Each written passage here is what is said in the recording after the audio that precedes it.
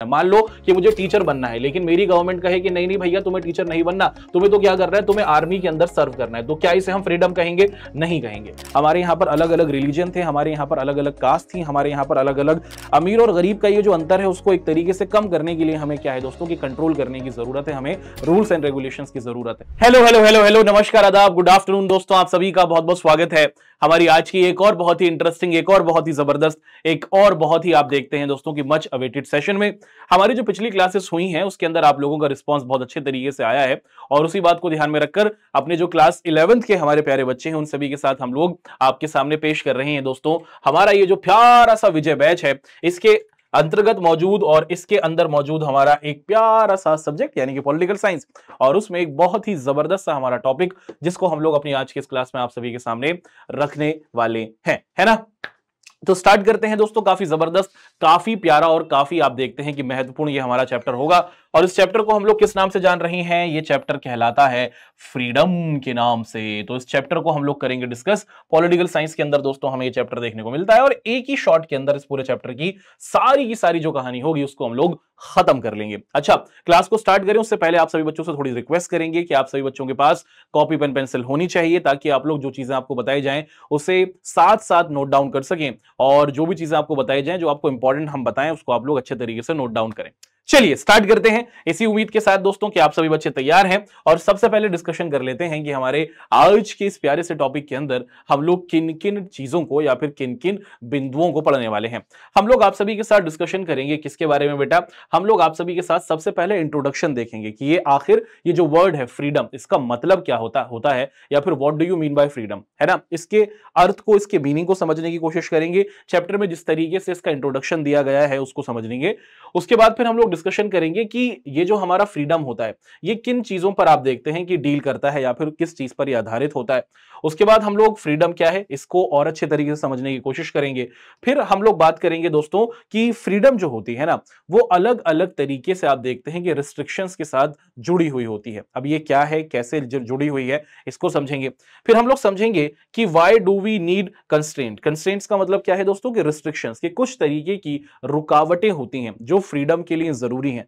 Freedom का मतलब जब भी हम देखते हैं तो उसका मतलब यह होता है कि आप पर किसी तरीके की कोई कंस्ट्रेन या फिर रिस्ट्रिक्शन नहीं है, आप जो करना चाहते हैं वो कर सकते हैं। लेकिन ऐसा नहीं है, फ्रीडम कहीं ना कहीं आप देखते हैं कि रिस्ट्रिक्शंस के साथ भी जुड़ी हुई है। कैसे? थोड़ी सी अजीब सी बात हमें सुनने में लगती है। एक तरफ तो हम कह रहे हैं कि फ्रीडम का मतलब है कि आप पूरे तौर पर आजाद हैं और वहीं पर हम ये भी कह रहे हैं कि फ्रीडम के साथ थोड़ी रिस्ट्रिक्शंस या फिर कंस्ट्रेंट भी होना चाहिए, थोड़ी रुकावटें भी होनी चाहिए। क्यों? उनको समझेंगे हमारे आज के इस चैप्टर में।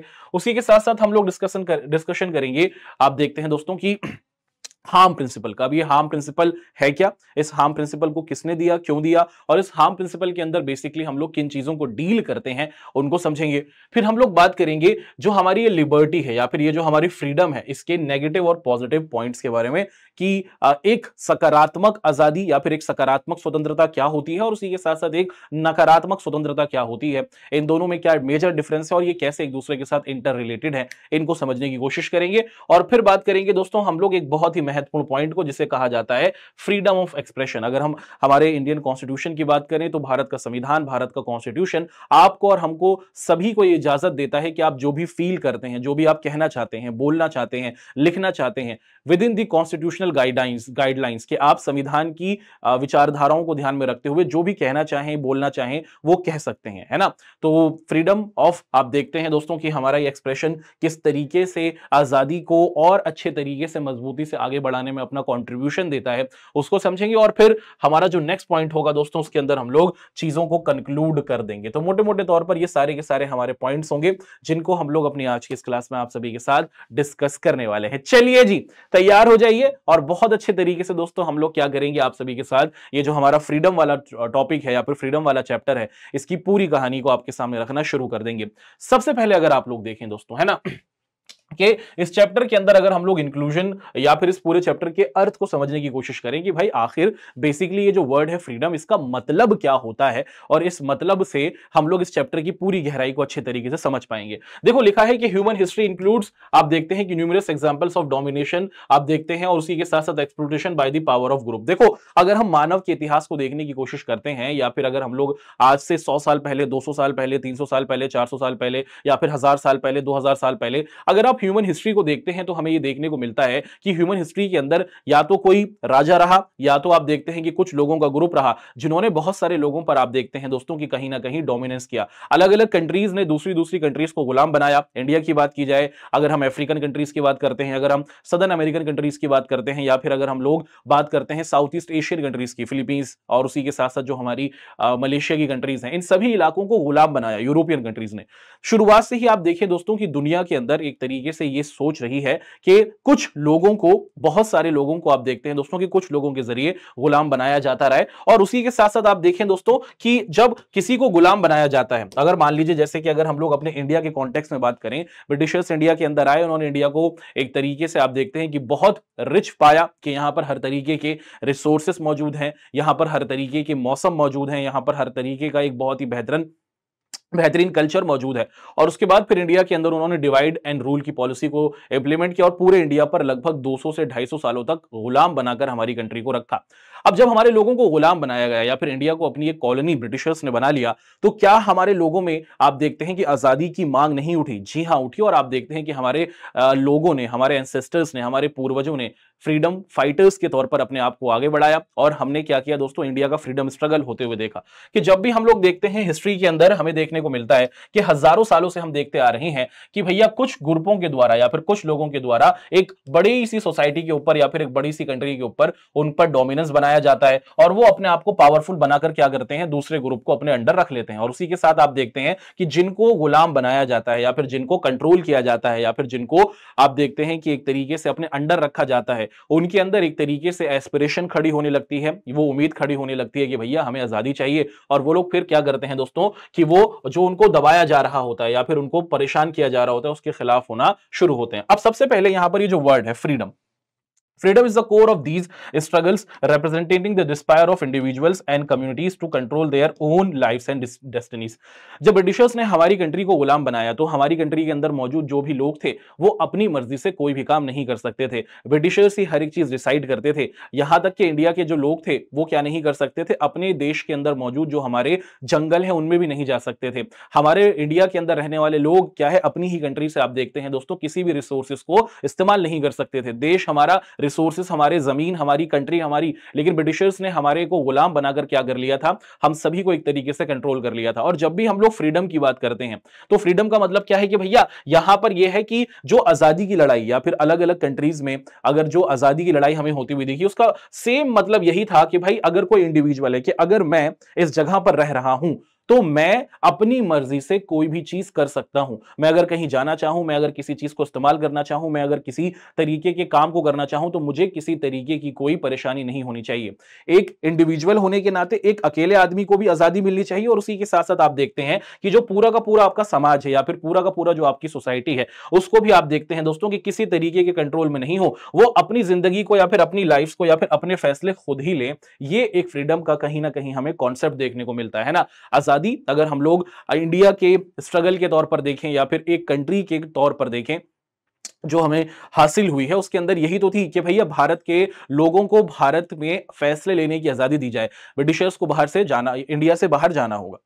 अच्छा, फिर आगे बढ़ते हैं दोस्तों। उसी के साथ साथ हमें देखने को मिलता है कि it involves the opportunity to express oneself freely through the choices and activities. कि भाई अगर हम लोग ये बात करते हैं कि अगर किसी इंसान को फ्रीडम मिल रही है तो फ्रीडम का मतलब क्या है दोस्तों, मेजरली अगर देखा जाए कि भैया उसके पास है अपॉर्चुनिटी कि वो क्या करना चाहता है उसे पूरे तौर पर करने दिया जाए और उसके पास होनी चाहिए चॉइसेस। मान लीजिए कि अगर मुझे क्या करना है दोस्तों कि मुझे अगर किसी तरीके का काम करना है या फिर अगर मुझे किसी तरीके की जॉब करनी है तो ऐसा ना हो कि मेरी कंट्री की जो गवर्नमेंट गवर्नमेंट है या फिर जो लोग मेरी कंट्री को चला रहे हैं वो मुझसे कहें कि नहीं नहीं तुम्हें क्या करना है, तुम्हें तो सिर्फ एक ही स्पेसिफिक तरीके का काम करना है। मान लो कि मुझे टीचर बनना है, लेकिन मेरी गवर्नमेंट कहे कि नहीं नहीं भैया तुम्हें टीचर नहीं बनना, तुम्हें तो क्या करना है, तुम्हें आर्मी के अंदर सर्व करना है। तो क्या इसे हम फ्रीडम कहेंगे? नहीं कहेंगे। फ्रीडम का मतलब क्या है दोस्तों कि जो बंदा है या फिर जो भी इंसान किसी कंट्री के अंदर रह रहा है उसके पास चॉइसेस होना चाहिए, उसके पास विकल्प होने चाहिए, उसके पास ऑप्शंस होना चाहिए। वो किस तरीके का करियर बनाना चाहता है, वो किस तरीके के रिलीजन को फॉलो करना चाहता है, वो किस तरीके के कपड़ों को पहनना चाहता है, वो किस तरीके के खानों को खाना चाहता है।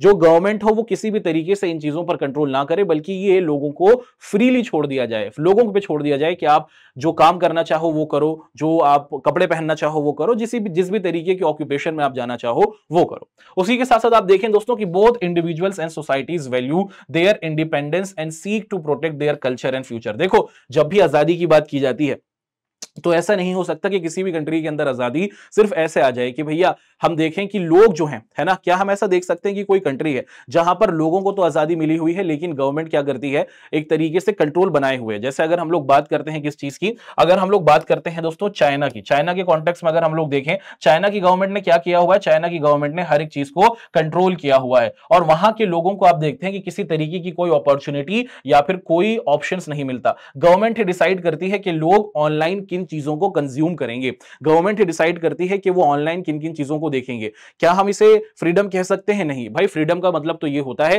कि एक इंडिविजुअल के कंट्री के अंदर रहने वाला हर एक बंदा जो हो वो जिस चीज को देखना चाहे, जो चीज वो करना चाहे, जो चीज वो बोलना चाहे, जो चीज वो फील करना चाहे वो बता सके। लेकिन चाइना के अंदर ऐसा होता हुआ हमें नहीं देखने को मिल रहा है ना। तो यहां पर यही बात की जा रही है कि भैया एक कंट्री के अंदर जो इंडिविजुअल्स हो और जो पूरी की पूरी सोसाइटी हो, गवर्नमेंट क्या करे दोस्तों कि उनको पूरी आजादी दे, पूरी की पूरी छूट दे, किसी तरीके का कोई कंट्रोल नहीं होना चाहिए। And that represents to the, आप क्या देखते हैं दोस्तों, हमारी फ्रीडम। तो यहां तक तो फ्रीडम का एक बाहरी जो हमारा आप देखते हैं जो अंडरस्टैंडिंग है उसको हमने आप सभी के सामने यहां पर डिस्कस किया। अब आपकी पाठ्य पुस्तक के अंदर, आपकी टेक्स्ट बुक के अंदर हमें देखने को मिलता है कि यहां पर इस पूरे के पूरे सिनेरियो को समझने के लिए कि the ideal form of freedom, कि भैया अगर हम फ्रीडम को समझना चाह रहे हैं तो हमारे सामने दो लोगों के बारे में बताया जा रहा है और उनको हम लोग एक एक कर आप सभी के साथ डिस्कस करेंगे। बिफोर अंडरस्टैंडिंग द आइडियल रूप या फिर जो आइडियल कंडीशन है फ्रीडम की, look at the following stories from the world around, है ना। तो हमारे सामने दो केस स्टडीज रखी जा रही है और एक एक कर हम लोग इन दोनों कहानियों को आपके सामने डिस्कस करेंगे। दुनिया के दो फेमस जो हमारे वर्ल्ड लीडर्स हैं उनके स्ट्रगल को यहां पर प्रेजेंट किया गया है, उसको हम लोग समझने की कोशिश करते हैं। सबसे पहले दोस्तों Nelson Mandela from south Africa. Nelson Mandela कौन है दोस्तों? अपनी एक ऑटोबायोग्राफी लिखते हैं, काफी फेमस लीडर रही हैं, साउथ अफ्रीका से आते हैं। उन्होंने भैया एक आप देखते हैं अपनी ऑटोबायोग्राफी लिखी, पूरी जिंदगी की जो उनकी कहानी है जिसे कहा जाता है लॉन्ग वॉक टू फ्रीडम। और इस लॉन्ग वॉक टू फ्रीडम के अंदर उन्होंने बताया कि उनको क्या करना पड़ा दोस्तों। हमें देखने को मिलता है कि जो साउथ अफ्रीका था ना, वहां पर भी हमें क्या देखने को मिलता है, ब्रिटिशर्स जो थे उनका कब्जा था। जैसे ब्रिटिशर्स ने इंडिया को अपने कंट्रोल में किया हुआ था, ऐसे ही साउथ अफ्रीका को भी ब्रिटिशर्स ने अपने अंडर किया हुआ था। जैसे इंडिया के अंदर आप देखते हैं फ्रीडम स्ट्रगल हो रहा था, आजादी की लड़ाई हो रही थी, कुछ ऐसे ही हम देखते हैं साउथ अफ्रीका के जो लोग थे वो भी अपने राइट्स को लेकर और अपनी कंट्री की आजादी को लेकर लड़ाई लड़ रहे थे। और वहां पर एपथाइट, इसका मतलब क्या होता है दोस्तों? इसका मतलब होता है कि जो ब्रिटिशर्स थे ना, वहां के जो साउथ अफ्रीका के लोग हैं वो एक तरीके से आप देखते हैं कि ब्लैक होते हैं, जिन्हें हम लोग हिंदी में क्या कहते हैं दोस्तों, अश्वेत कहते हैं। अब ये जो ब्लैक लोग जो साउथ अफ्रीका के थे, आप देखते हैं कि इनके साथ डिस्क्रिमिनेशन किया जाता था। ये ब्रिटिशर्स व्हाइट थे, है ना, ब्रिटिशर्स क्या थे दोस्तों, आप देखते हैं कि व्हाइट थे। और ये क्या करते थे कि कलर के रीजन की वजह से, कि जो स्किन कलर होता है उस पर बहुत ज्यादा आप देखते हैं कि पूरा का पूरा उन्होंने क्या करा हुआ था, बहुत सारा डिस्क्रिमिनेशन वो करते थे। और नेल्सन मंडेला ने इसी के खिलाफ आवाज उठाई थी और भरी जवानी के अंदर नेल्सन मंडेला को क्या कर दिया गया था, एक तरीके से ब्रिटिशर्स के खिलाफ बोलने की वजह से जेल में डाल दिया गया था। और अराउंड 27 ईयर्स उनको क्या करना पड़ा था, एक तरीके से जेल में रखा गया था। रॉबिन आइलैंड करके एक एरिया है, वहां पर 27 सालों तक उनको जेल में रखा गया। हालांकि वो उसी जेल के जरिए वहां से मौजूद होकर भी क्या करते थे, अपने लोगों को मोटिवेट करते रहते थे, गाइडेंस देते रहते थे कि किस तरीके से हमें अपनी कंट्री को आगे बढ़ाना है। और उसी के बाद आप देखते हैं दोस्तों कि इसके पूरे के पूरे स्ट्रगल के बाद 27 साल तक जेल में रहने के बाद आखिर लड़ाई लड़ते लड़ते आप देखते हैं दोस्तों कि उनको फ्रीडम मिल जाती है। और फिर 1994 के आसपास हम देखते हैं कि साउथ अफ्रीका एक पूरे तरीके से कैसी कंट्री बनता है जिसमें किसी तरीके का कोई डिस्क्रिमिनेशन नहीं होगा, चाहे आप ब्लैक हैं या फिर आप व्हाइट हैं। कंट्री के अंदर जो गवर्नमेंट होगी वो सबकी भलाई करेगी। यहां तो हमने आप सभी के साथ नेल्सन मंडेला की बात की। अच्छा, उसके बाद हम लोग यहां पर देखते हैं दोस्तों कि एक और हमारे सामने कहानी है, और ये हमारे इंडिया के पास की एक कंट्री है जिसका नाम है म्यांमार, जिसको हम लोग रंगून के नाम से भी जानते हैं। अच्छा, म्यांमार के अंदर एक लीडर हुआ करती थी, उनका नाम क्या है दोस्तों कि म्यांमार के अंदर अगर हम लोग देखें कि जो वहां की गवर्नमेंट थी ना उसको हटा दिया गया था, और गवर्नमेंट को हटाकर वहां की जो मिलिट्री थी ना उसने क्या कर दिया था, मिलिट्री कूप, या फिर जिसको हम लोग कहते हैं सेना ने तख्ता पलट कर दिया था। अब जब सेना का ये तख्ता पलट हुआ तो वहां पर हमें क्या देखने को मिलता है दोस्तों कि एक फेमस लीडर रही थी जिनका नाम था आंग सान सूकी। अब ये जो आंग सान सूकी थी ये गांधी जी से बहुत ज्यादा इन्फ्लुएंस थी, और ये क्या करती हैं, ये नॉन वायलेंस तरीके से जो वहां की मिलिट्री थी ना उसके खिलाफ बातचीत करना शुरू करती हैं, और मिलिट्री क्या कर देती है दोस्तों कि इनको हाउस अरेस्ट कर देती है ना। और काफी लंबे सालों तक आप देखते हैं दोस्तों कि अराउंड 20 ईयर्स तक इनको हाउस अरेस्ट ही रखा जाता है, इनको इनके घर के अंदर ही नजरबंद रखा जाता है, घर से बाहर जाने की इजाजत नहीं दी जाती है। लेकिन ये फिर भी क्या करती हैं, वहीं से रहकर जो इनकी मिलिट्री थी उसके खिलाफ लड़ाई लड़ती हैं, और आखिर में आप देखते हैं कि मिलिट्री को हटाया जाता है, और फिर दोबारा से आप देखते हैं कि एक डेमोक्रेटिक गवर्नमेंट आती है। लेकिन आज के टाइम पर अगर हम लोग देखें 2024 में म्यांमार के अंदर अगर हम लोग देखें दोबारा से मिलिट्री का रूल हमें आता हुआ देखने को मिला है। हालांकि देखा जाए तो लंबी स्ट्रगल के बाद, एक लंबी लड़ाई के बाद म्यांमार में कुछ टाइम के लिए हमें एक डेमोक्रेटिक गवर्नमेंट आंग सान सूकी के जरिए आती हुई दिखी। अब इन दोनों कहानियों को हमने बहुत अच्छे तरीके से देखा। अगर हम लोग बात करते हैं the stories of Mandela and आंग सान सू की, हमें बताती है, क्या बताती है कि भैया जो पावरफुल आइडिया है ना फ्रीडम का, it's central to national struggle and Asia and South Africa against the colonialism and oppression, है ना। तो अगर हम लोग सीधे सीधे तौर पर देखें, अगर हम लोग एशिया की बात करते हैं या फिर अगर हम लोग अफ्रीका की कंट्रीज की बात करते हैं, यहां पर जब भी फ्रीडम या फिर आजादी वर्ड को यूज किया जाता है तो ये रेफर करता है किस चीज का दोस्तों कि इन सारी कंट्रीज को। जैसे अगर हम लोग एशिया की बात करें या फिर अगर हम लोग अफ्रीका की कंट्रीज की बात करें, इन सारी की सारी कंट्रीज को आप देखते हैं कि यूरोपियन कंट्रीज ने, यूरोप के जो अलग अलग देश थे, चाहे हम ब्रिटिशर्स की बात करें, फ्रेंच लोगों की बात करें, जर्मन लोगों की बात करें, अगर हम लोग बात करते हैं दोस्तों पोर्चुगीज लोगों की, यूरोप के अलग अलग कंट्रीज ने क्या किया था, एशिया के अलग अलग इलाकों को और अफ्रीका के अलग अलग इलाकों को अपने अंडर रख लिया था, अपना गुलाम बनाया हुआ था। और इन दोनों कहानियों से हमें देखने को मिलता है कि इन दोनों कंट्रीज के अंदर जो आजादी का सही मीनिंग था या फिर आजादी का जो मीनिंग था वो यही था कि भाई बाहर से आए हुए ये जो लोग हैं इन्होंने हम पर कब्जा करा हुआ है, इनको अपनी कंट्री से बाहर निकालो, है ना। अच्छा, these examples show that the idea of freedom has been a driving force in the fight against the injustice, form of dignity and well being of the people. देखो, अगर हम लोग देखें कि काहे नेल्सन मंडेला जो थे वो ब्रिटिशर्स के खिलाफ लड़ रहे थे, या फिर क्यों आंग सान सू की आप देखते हैं कि अपनी ही जो गवर्नमेंट थी उसके खिलाफ और उसके बाद जो अनडेमोक्रेटिक तरीका रहा था उसके खिलाफ वो क्यों लड़ रही थी, इस पूरे इंसिडेंट के जरिए हमें ये देखने को मिलता है कि जो लोग क्या करते हैं दोस्तों, आजादी की लड़ाई लड़ रहे होते हैं ना, या फिर आप क्या देखते हैं दोस्तों कि आजादी की लड़ाई जो लड़ते हैं वो एक तरीके से सोसाइटी के अंदर ये दिखाता है कि सोसाइटी में इनजस्टिस है, यानी कि सोसाइटी के अंदर न्याय नहीं हो रहा, सोसाइटी के अंदर सबको इक्वली ट्रीट नहीं किया जा रहा। अगर किसी भी कंट्री में आजादी की डिमांड उठ रही है, अगर किसी भी कंट्री के अंदर रहने वाले लोग ये कह रहे हैं कि भाई हमारे साथ गलत हो रहा है, हमें आजादी चाहिए, विच मीन्स कि उस इलाके के अंदर, उस कंट्री के अंदर, उस देश के अंदर हमें क्या देखने को मिलता है, लोगों के साथ इनजस्टिस या डिस्क्रिमिनेशन हो रहा है। वहां पर आप देखते हैं कि लोगों को अच्छा वेलबींग नहीं दिया जा रहा। अगर आप अपनी कंट्री में रह रहे हैं और आपकी गवर्नमेंट आपका अच्छे तरीके से ध्यान रख रही है तो क्या फ्रीडम की डिमांड करेंगे? नहीं, फ्रीडम की डिमांड वहीं पर होती हुई दिखती है अगर आपकी गवर्नमेंट हुई या फिर वो लोग जो आपकी कंट्री को कंट्रोल कर रहे हैं अगर वो आपका ध्यान नहीं रख रहे, तभी लोग क्या करते हैं, आजादी की डिमांड करते हैं कि हमें एक अलग तरीके से क्या चाहिए, इन लोगों से छुटकारा चाहिए जो हमको कंट्रोल कर रहे हैं। अब यहां तक हम लोगों ने एक स्टोरी के जरिए, इन दोनों कहानियों के जरिए फ्रीडम की जो थोड़ी बहुत कहानी थी उसको अच्छे तरीके से समझा। आगे बढ़ना शुरू करते हैं और कुछ और पॉइंट्स को हम लोग एक एक कर आपके साथ रखते चलते हैं। यहां पर हम लोग डिस्कशन करेंगे what is freedom, one of the most important topic, और इसको बहुत अच्छे तरीके से हम लोग आपके सामने रखने वाले हैं। स्टार्ट करते हैं दोस्तों, पूरा फोकस स्क्रीन पर रखिएगा। अब देखो, हम लोग देखते हैं दोस्तों कि freedom is defined as the absence of external constraints allowing individuals to make independent decisions to act. और आप देखते हैं, देखो ध्यान से देखा जाए कि भैया अगर हम लोग सिंपल शब्दों में बताएं कि फ्रीडम का मतलब क्या है, कि फ्रीडम का मतलब है कि आपके ऊपर ना किसी तरीके का आप देखते हैं दोस्तों की कंस्ट्रेंट, या फिर हम लोग क्या देखते हैं किसी तरीके की कोई रिस्ट्रिक्शन या फिर किसी तरीके की कोई बाधा नहीं है। आप जो करना चाहते हैं वो आप करें, दिस इज फ्रीडम। अगर मैं किसी तरीके का कोई प्रोफेशन चूज करना चाहता हूं तो मैं करूं, अगर मैं किसी तरीके के कुछ सर्टेन कपड़े पहनना चाहता हूं तो मैं पहनूं, अगर मैं किसी एक स्पेसिफिक धर्म को फॉलो करना चाहता हूं तो मैं फॉलो करूं, मुझ पर कोई बाहर से प्रेशर ना डाले। बाहर से प्रेशर का मतलब है ना तो आपकी गवर्नमेंट, ना तो आप देखते हैं कि आपकी मिलिट्री, कि कोई बाहर से, है ना, कोई बड़ी फोर्स आप देखते हैं कि आपको यह करने को ना कहे कि भैया नहीं नहीं आपको तो मिलिट्री में ही जाना है, नहीं नहीं आपको तो कुछ इसी तरीके के कपड़े पहनने हैं, नहीं नहीं आपको तो कुछ इसी धर्म को फॉलो करना है। तो फ्रीडम का एक लेजिट मीनिंग क्या होता है, फ्रीडम का एक वास्तविक अर्थ क्या होता है कि आप पूरे तरीके से आजाद हैं और आप पर किसी तरीके की कोई बाधा नहीं है, आप पर किसी तरीके का कोई रिस्ट्रिक्शन नहीं है, जो भी तुम काम करना चाहते हो वो तुम करो, तुमको कोई कंट्रोल करने वाला नहीं है। फ्रीडम का ये एक मीनिंग हमें यहां पर आता हुआ दिखा।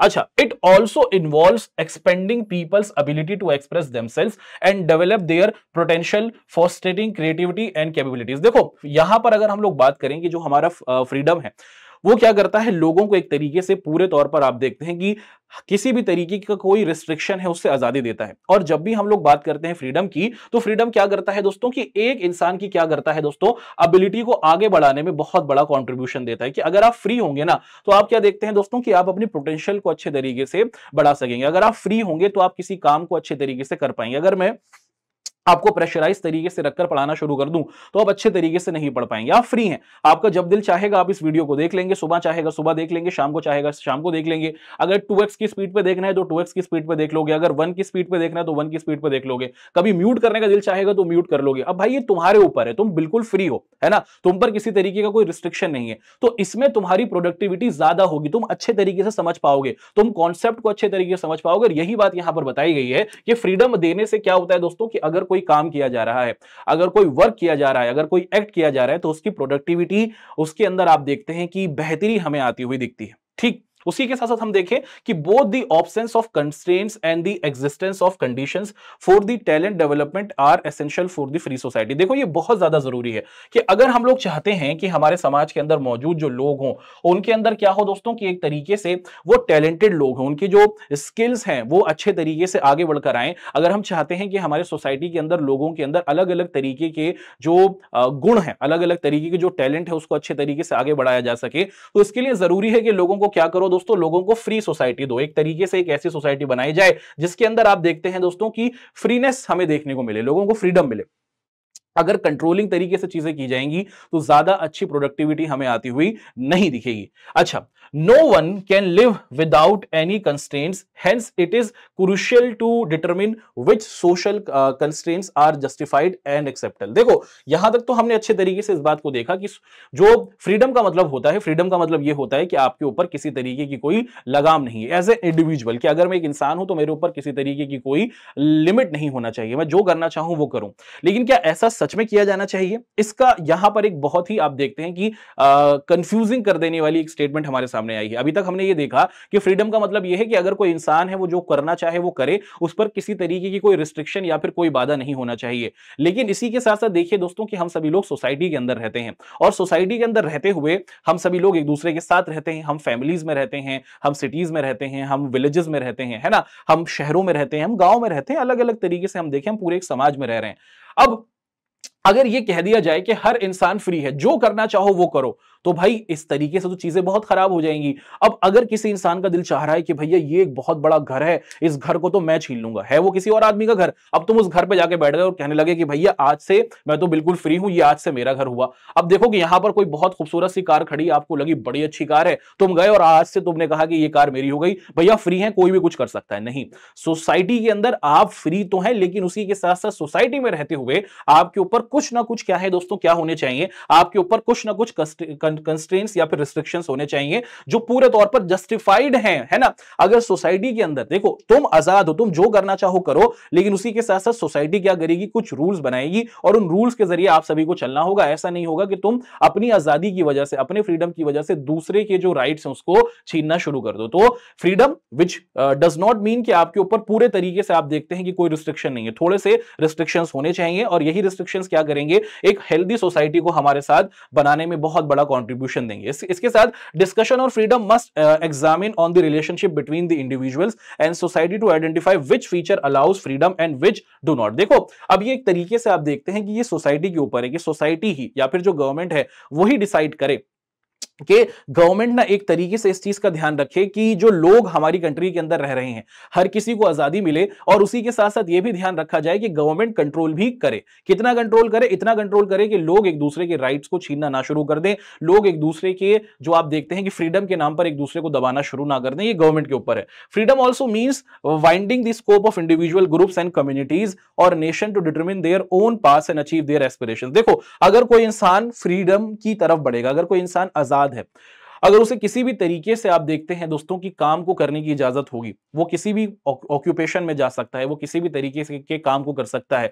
तो हम सभी को पता है कि अगर आपको आजादी दी जाए कि भैया अगर तुम क्रिकेटर बनना चाहते हो और तुम्हें आजादी है, तुम क्रिकेटर बन गए, तो इससे क्या होगा दोस्तों कि आपकी डेवलपमेंट होगी, आपकी डेवलपमेंट होगी, विच मींस कि आप देखते हैं दोस्तों कि आपके आसपास के लोगों की डेवलपमेंट होगी, आपकी सोसाइटी की डेवलपमेंट होगी, आपकी सोसाइटी की डेवलपमेंट होगी मतलब आपकी कंट्री की डेवलपमेंट होगी। तो अगर हम लोग किसी एक इंसान को आजादी देते हैं, इसका मतलब है कि आप पूरी की पूरी जो आपकी सोसाइटी है उसको डेवलप करने में कंट्रीब्यूशन देते हैं।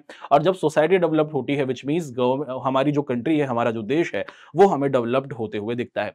उसी के साथ साथ freedom is valuable as it allows to choice making, exercise judgment and the full development of individuals creativity sensibility, है ना। देखो, फ्रीडम एक तरीके से एक इंसान को पूरे तौर पर आप देते हैं, ये राइट देती है कि भैया तुम अब अपनी जिंदगी के फैसले लो। You are fully capable enough to take decisions of your life. अब तुम तो नहीं ले सकते, तुम अभी छोटे हो, 16-17 साल के हो, बट इन कंट्री अगर हम देखें दोस्तों कि after completion of 18 of age, जब आप 18 साल के हो जाएंगे, तो एक तरीके से आप देखते हैं कि आप फुल्ली केपेबल हैं। गवर्नमेंट आपको अलाउ करती है कि आप किसी भी तरीके का कोई भी डिसीजन ले सकते हो। तुम क्या करियर चूज करोगे, तुम किस तरीके के आप देखते हो कि प्रोफेशन में जाओगे, तुम किस तरीके से अपनी जिंदगी को गुजारना चाहते हो, ये तुम्हारे ऊपर है। तो फ्रीडम अलाउ करती है कि आप किस तरीके की चॉइसेस अपनी जिंदगी में लेना चाहेंगे, और यही चॉइसेस क्या करती हैं दोस्तों, आपको एक तरीके से आगे अपनी जिंदगी के अंदर क्रिएटिव बनाती हैं और आपको एक अच्छा टैलेंट देने में बहुत बड़ा कंट्रीब्यूशन देती हैं। अगला है कि determining which social constraints are necessary involves understanding the core relationship between individuals and their social group, communities और द स्टेट। अब देखो, हमने ये तो पढ़ा कि भाई गवर्नमेंट को ना कुछ कंट्रोल करना चाहिए, लेकिन क्या क्या कंट्रोल करना चाहिए, ये गवर्नमेंट और उसी के साथ साथ जो उस कंट्री के अंदर रहने वाले लोग हैं ना, उनके बीच में आप देखते हैं कि कलेक्टिव डिसीजन होना चाहिए। जब हमारे देश का कॉन्स्टिट्यूशन बनाया गया, तो हमारे देश के अंदर जो कॉन्स्टिट्यूशन बनाने वाले या फिर जो संविधान बनाने वाले लोग थे ना, उन्होंने हमारी सोसाइटी की नीड को देखा कि हमारी सोसाइटी के अंदर किस तरीके की हमें बनावट देखने को मिलती है। हमारे यहाँ पर अलग अलग रिलीजन थे, हमारे यहाँ पर अलग अलग कास्ट थी, हमारे यहाँ पर अलग अलग आपको दिखता है कल्चर थे, हमारे यहाँ पर अलग अलग हमें सोशल सिस्टम देखने को मिलता था। तो जब कॉन्स्टिट्यूशन बनाया गया या फिर कंट्री को चलाने के लिए कि गवर्नमेंट कितना कंट्रोल कर सकती है, हमने सोसाइटी की नीड्स को ध्यान में रखकर किया। यही बात की जा रही है कि अगर हम लोग चाहते हैं कि गवर्नमेंट या फिर जो हमें दिखता है कि जो हमारा कंट्रोल करने वाली ऑर्गेनाइजेशन होगी, वो एक तरीके से लोगों के साथ रिश्ते बनाकर और लोगों की नीड्स को ध्यान में रखकर क्या करेगी दोस्तों, फैसले लेगी, तो इस तरीके से हम देखते हैं कि जो फ्रीडम को हम लोग कंट्रोल करेंगे वो बिल्कुल सही होगी और उसमें किसी तरीके की कोई परेशानी नहीं होगी। It is essential to identify which freedom features of society enable freedom and which restricts ensuring. देखो, ये भी बहुत जरूरी है कि ऐसा ना हो जाए कि गवर्नमेंट क्या करे दोस्तों कि कंट्रोलिंग के नाम पे कि भैया हमें कंट्री को अच्छे तरीके से रखना है, तो ऐसा ना हो कि लोगों की जो इंडिविजुअल फ्रीडम है उसको एक तरीके से कैप्चर करना शुरू कर दे। हमारी कंट्री के अंदर आप देखते हैं कि सबको ये राइट दिया गया है कि आप किसी भी रिलीजन को फॉलो करें। अब गवर्नमेंट कुछ इस तरीके का रूल्स एंड रेगुलेशन बना दे जिसमें यह कह दिया जाए कि नहीं नहीं, एक ही सर्टेन धर्म को तुम्हें फॉलो करना है, और तुम किसी और धर्म के आते हो या फिर अगर तुम किसी और रिलीजन से आते हो तो तुम्हें उस रिलीजन की आप देखते हैं कि प्रैक्टिसिंग करने की या फिर प्रीच करने का कोई भी मौका नहीं दिया जाएगा। क्या ये सही है? नहीं, ये फ्रीडम के नाम पर आप देखते हैं दोस्तों कि गलत किया जा रहा है। तो अगर गवर्नमेंट क्या करे दोस्तों, यहां पर यही बात बताई जा रही है कि एक तरीके से सोसाइटी के अंदर हमें देखना है कि जो कंट्रोल की जाए ना फ्रीडम, वो पूरे तौर पर आप देखते हैं कि जस्टिफाइड होनी चाहिए, और उसमें ऐसा नहीं होना चाहिए दोस्तों कि एक सोसाइटी के ग्रुप को, जो हमारे सोसाइटी का एक ग्रुप है, उसको पुश किया जाए और बाकियों को नीचे रखा जाए, सबको साथ लेकर आगे बढ़ाया जाए, है ना। तो ये बात बहुत जबरदस्त तौर पर यहां पर हमारे सामने रही। तो फ्रीडम के जो कुछ इनिशियल हमारे पॉइंट्स है उसको हमने एक एक कर आपके सामने रखा। Freedom includes not only restricting constraints but also creating opportunities for individuals to pursue their interest in sports, science, arts, music और other exploration। जी हां, अगर आप आजाद हैं तो it is up to you, whatever you want to do, whatever you want to be, आप वो कर सकते हैं जो आप करना चाहते हैं, जो आप बनना चाहते हैं। अगर आपको आजादी मिली है, अगर आपको आजादी मिली है तो आप कर सकते हैं, है ना। अगर एक 16 साल का, एक 10 साल का बच्चा क्रिकेट खेलना चाहता है तो वो आगे चलकर सचिन तेंदुलकर बन सकता है। एक छोटी बच्ची अगर सिंगिंग में इंटरेस्ट रखती है तो वो आगे चलकर लता मंगेशकर बन सकती है ना। तो आप देखते हैं कि आपको ये आजादी मिली हुई है, इसीलिए आप किसी डोमेन के अंदर या फिर किसी ऑक्यूपेशन के अंदर या फिर किसी प्रोफेशन के अंदर जा सकते हैं। आप साइंस में अपने आप को आगे बढ़ा सकते हैं, स्पोर्ट्स में अपने आप को आगे बढ़ा सकते हैं, है ना। और ये सारी की सारी चीजें फ्रीडम की वजह से ही हुई हैं। अगर गवर्नमेंट कंट्रोल करती तो आप देखते हैं दोस्तों कि हमारे पास इतने जबरदस्त जो धुरंधर खिलाड़ी हैं वो हमें, या फिर धुरंधर जो लोग हैं वो हमें आते हुए नहीं दिखते। उसी के साथ साथ living a dignified human life requires overcoming fear and constraints imposed by societal attitude, authorities and peer pressure। देखो ये जरूरी है कि अगर हम लोग चाहते हैं कि कोई इंसान क्या करे दोस्तों, आप देखते हैं कि एक डिग्निफाइड लाइफ जिए। डिग्निफाइड लाइफ का मतलब क्या है?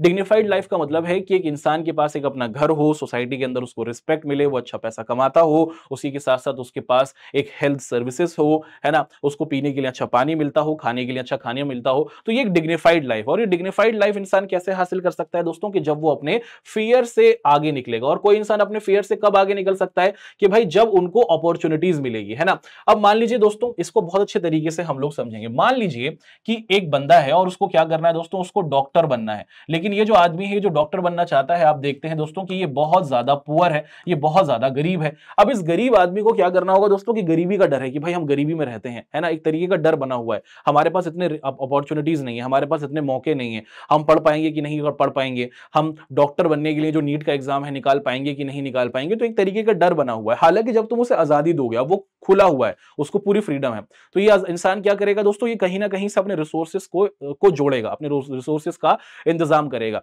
कहीं से अपनी बुक्स को अरेंज करेगा और खुद स्टडी करेगा। तो जब आप किसी इंसान को आजादी देते हैं तो वो इंसान क्या करता है? जो उसका डर है कि मैं गरीबी में फंसा हुआ हूं, क्या मैं अपने आप को एक अच्छा डॉक्टर बना पाऊंगा, तो आजादी मिलने की वजह से जो उसका वो डर होता है वो उससे बाहर निकलता है, मेहनत करता है, और उस मेहनत के बाद आप देखते हैं दोस्तों कि वो सोसाइटी के अंदर एक डिग्निफाइड लाइफ या फिर एक अच्छी लाइफ को हासिल करता है। A free society is one that enables all its member to develop their potential with the minimum of social constraints, promoting collect wellbeing and individual growth. तो यहां पर ये बताया गया कि अगर जब भी किसी एक अच्छी सोसाइटी की या फिर एक अच्छी कंट्री की बात की जाएगी तो वो एक ऐसी कंट्री होनी चाहिए जहां पर लोगों को कम से कम, आप देखते हैं दोस्तों, कि कंट्रोलिंग वे में रखा जाए।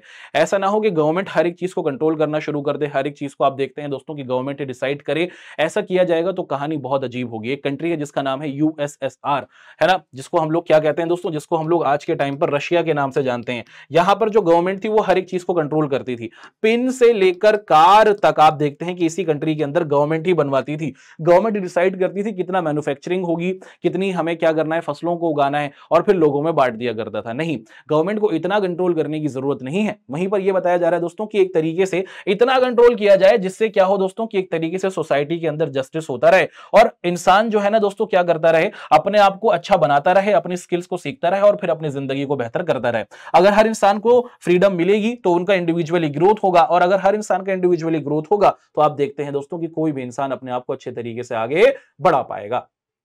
अब ठीक है, अब यहां से हमने क्या करा दोस्तों कि फ्रीडम का क्या मतलब होता है उसको आप सभी के सामने रखा और बहुत अच्छे तरीके से हमने फ्रीडम का जो वास्तविक अर्थ था उसको आपके सामने पेश किया।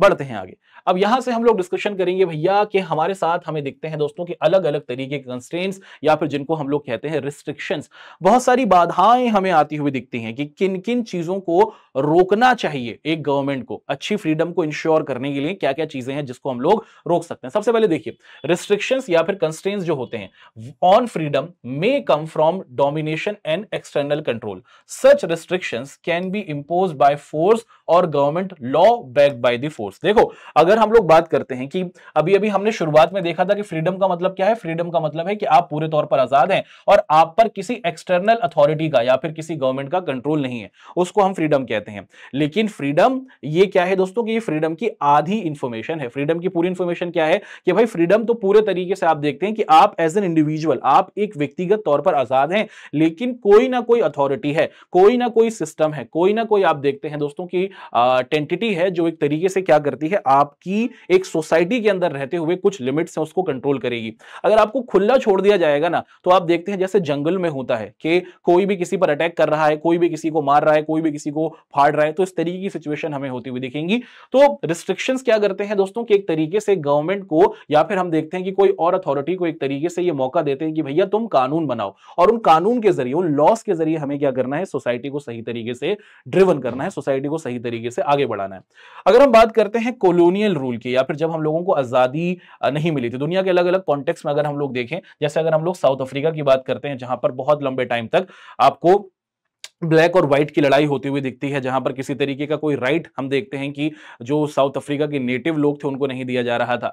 और अगर हम लोग देखें दोस्तों कि डेमोक्रेटिक सिस्टम के अंदर जो लोग होते हैं, democratic system allow people to retain some control over their rules protecting freedom. देखो, अगर हम लोग बात करते हैं जैसे इंडिया के कॉन्टेक्स्ट में, अगर हम लोग देखें, हम ये कहते हैं कि इंडिया एक डेमोक्रेटिक कंट्री है और यहां पर सबको हर तरीके से कोई भी चीज करने की आजादी है। क्या इसका मतलब है कि आप कोई भी चीज कर सकते हैं? नहीं, आपको गवर्नमेंट के द्वारा बनाए गए जो रूल्स एंड रेगुलेशंस हैं वो सब पर एप्लीकेबल होंगे, वो सब पर लागू होंगे, है ना। और सबको उसमें अपनी चीजों को मानना होगा। आप कोई भी काम करना चाहें आप कर सकते हैं, आप किसी भी तरीके की बात कहना चाहें आप बात कर सकते हैं, आप गवर्नमेंट के खिलाफ बोलना चाहते हैं, गवर्नमेंट की किसी बात को पसंद नहीं करते हैं, आप वो कर सकते हैं। आप किसी पॉलिटिकल पार्टी को पसंद करते हैं, आप उसके फेवर में बात कर सकते हैं। आप किसी पॉलिटिकल पार्टी को पसंद नहीं करते हैं, आप उसके फेवर में बोल सकते हैं। आप अपने रिलीजन को आगे बढ़ाना चाहते हैं तो आप उसके लिए काम कर सकते हैं, है ना। और आप देखते हैं दोस्तों कि पूरी की पूरी फ्रीडम हमें डेमोक्रेटिक सोसाइटी के अंदर दिखती है। लेकिन आप ये क्या करें दोस्तों कि अब आपको ये आजादी तो मिली हुई है कि आप अपने